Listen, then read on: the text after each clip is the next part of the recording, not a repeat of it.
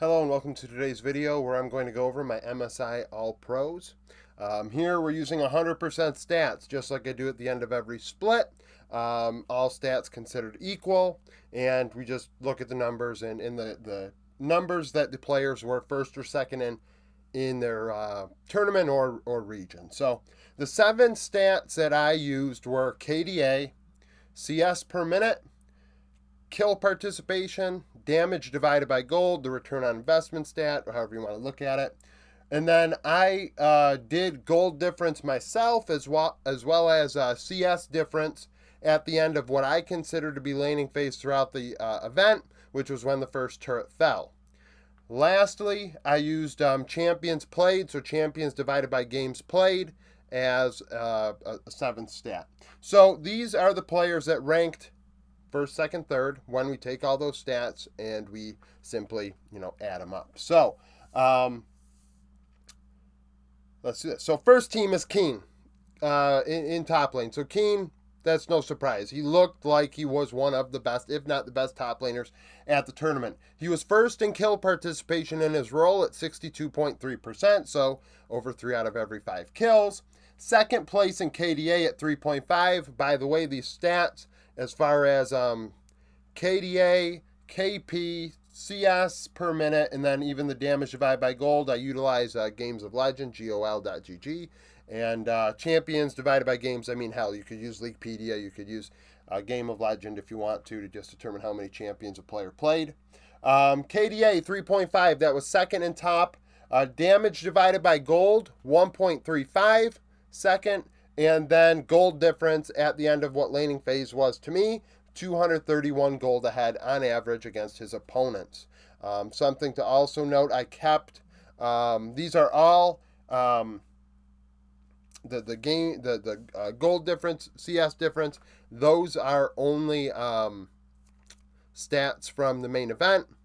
Otherwise, everything else is a mix of play-ins and main event for the players that did go to play-ins. So, Broken Blade, second in top lane. He was first in KDA with 4.4. First in damage divided by gold, 1.36, as well as champions played. He played 9 different champions in 14 games. So you may say to yourself, Keen's first in one category, Broken Blade's first in 3. Why is he not first? Well, the other 4 categories, he just didn't match up. And more than likely, one of the categories he was probably last in. And in that case, he's going to, of course, be hurt by that, whether that's in CS. People are going to say lane swaps and this or that. I think pretty much everybody at this tournament did lane swaps to some degree. Third team, Bin, first in CS per minute, 8.4, as well as gold difference. On average, had 282 gold relative to his lane opponent. And then in KP, he was second at 56.1, which is interesting, right? So we look at Keen at 62%, and then 6% lower is Bin. So that's honestly, I think that's a pretty big, sizable difference between first and second in the top lane. It kind of goes to show you just how much gen.g fought with their top laner relative to everybody else at this tournament. I also included Robo and Kiea on the board. When I did the stats originally, including play-in players and their stats, and then also taking the players that played in play-ins as well as the main event for gold difference and CS difference, and did the math on that, Robo and Kiea actually were in the top 3. Now, because they were in play-ins and they played what you'd consider to be lesser tier opponents, of course, they both played against 369 in top lane, so we do have to acknowledge that, but also played Oscar, and Oscar did not rate highly at this event.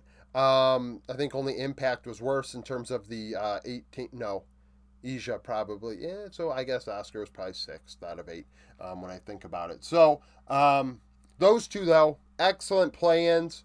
If they had gotten to the main event, I'm sure they would not have been top 3 anymore. Kiea, of course, giving heavy resources, being the reliable threat for GAM esports due to their, betting scandals and things like that went on in Vietnam. So 2 players that deserve some flowers because they did do well in play-ins and statistically actually were very good in the games they played. In the jungle, we have Canyon. So Canyon, in my opinion, was MVP for this tournament. I think that, honestly, if I were to personally pick my MVP, it would be Canyon. So first in CS, 6.4, and gold difference on average, I had 194 gold. Second in KDA, 4.8, and second in KP, 73.1. So if you haven't watched my channel a lot, you'll, well, there are a lot of newcomers actually over the last month or so. In my opinion, when you have a jungler, you need to either be farming or creating. You need to be getting kills, farming, or hell, objective control, things like that. And maybe that's a stat I do need to start including more in the jungler related statistics.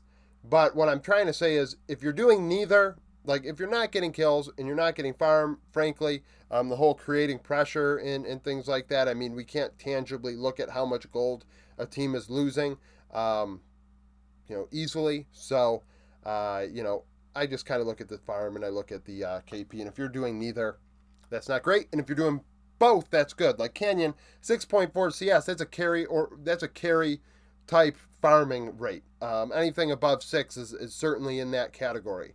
And then above 70 KP means he's involved. The team is fighting around him.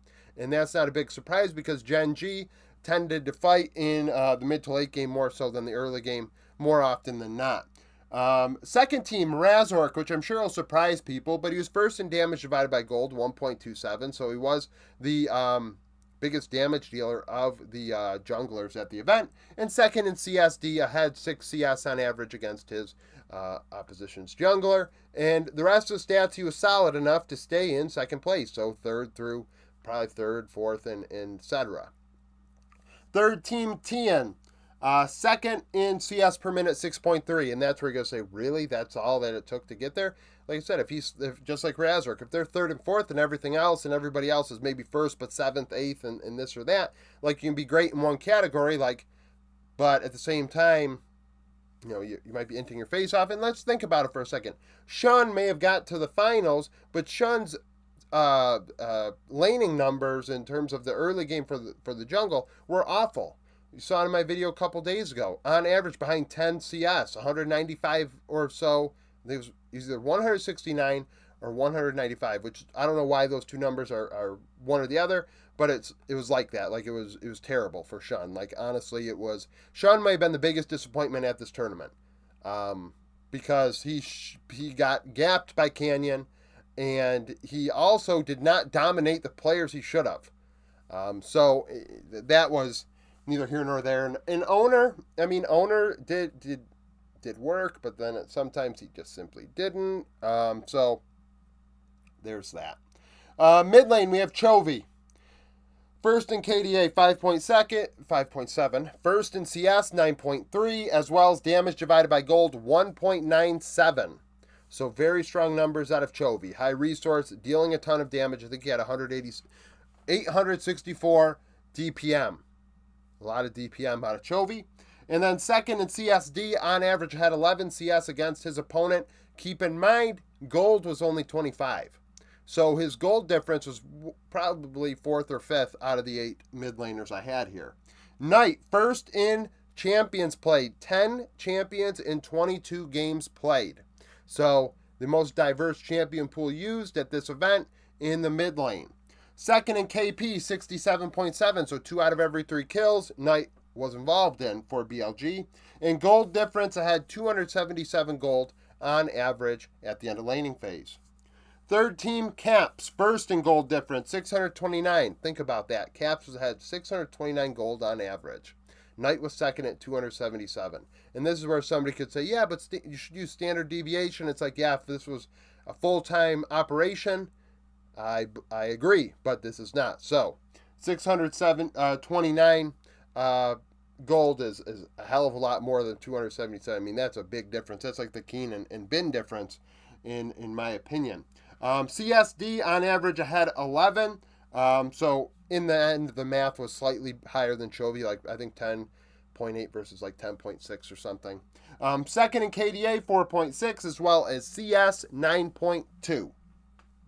And I think his damage divided by gold was 8th, or 7th. Not a lot of damage out of Caps at this tournament. Another player to think about, Tinones. And I'm not just catering to the Brazilian fans. Tinones, high CS numbers and play-ins, decent KDA, I think he had the highest damage divided by gold out of anybody at this event, 2.12, I think. And he played like 3 champions in 5 games or 4 champions in 5 games. Like, he didn't play many games. Loud were not great. They got kicked out of the tournament. But Tino's numbers were excellent. He's an older player. This might be his last real run at it. And, playing at this level. So you got to give him a ton of credit for that. He played an excellent tournament. And, a player of his stature in Brazilian hierarchy is in terms of fandom and things like that, he's one of the best they've ever had. So, great tournament from him, even if it was short-lived. And then bot duos. So, for this, I had to do some math. With kill participation, adding kills and assists for both the AD carry and support divided by 2, as well as the total amount of kills. KDA did that math, but my own KDA, which is counting assists as half instead of as much as kills. CS, added those together. Damage divided by gold, added the damages and golds together. You get what I'm saying. Champions played as well, divided by the games played times 2. So that's the thing. So top esports had the best bot lane by far statistically. And a lot of people are going to get upset because, they for some reason think I had a vendetta against gen.g's bot lane when I've been a fan of Pays before they even knew who Pays was. So that's a thing. But regardless, top esports first in KP, 76% of the team's kills, one of the players or both participated in a kill. So that's a high number, 3 out of every 4. CSD, on average, top esports were ahead 6 CS relative to the opponent bot lane. Second in KDA, 2.7. CS combined 10.3, damage divided by gold 1.43, and gold difference 482. They were highly ranked in the majority of the categories, so that's why they're up there. Gen.g first in KDA 3.26, and then second in KP just slightly behind top esports at 75.9. So, Gen.g played great tournament. The bot duo did well. Guess Lahens was sick. When I made the video, what was that, 2 days ago? That was said to me after the fact. I would say, however, if I had to choose between a player being sick in-game versus out-of-game, I would choose out-of-game, but neither here nor there. Lahens won MVP, played excellent. I still am shocked they didn't give it to Pays just because they couldn't help themselves. Lahens definitely more deserving than Pays in terms of what was actually done, but Pays' 28 kill game was really hard to look past. So I give credit where credit's due for that. Very big reason why you don't let fans vote, because I'm sure fans would have just voted for Pays out of just fandom, and that's fans should not be voting on things like that.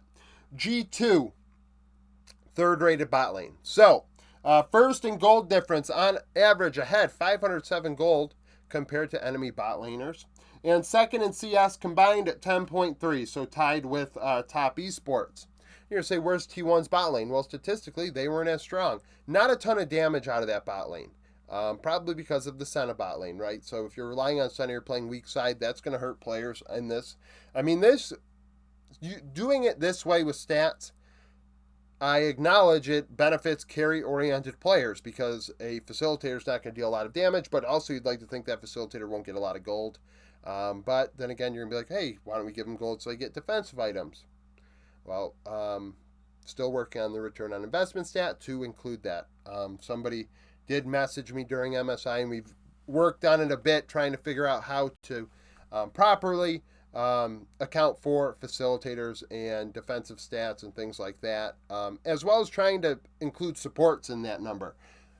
It's like trying to take what op.gg has with the rating for how a player does in a game, take that, but put it on steroids to figure out a player's impact. So that's the thing. And lastly, GAM's bot lane actually statistically looked really good.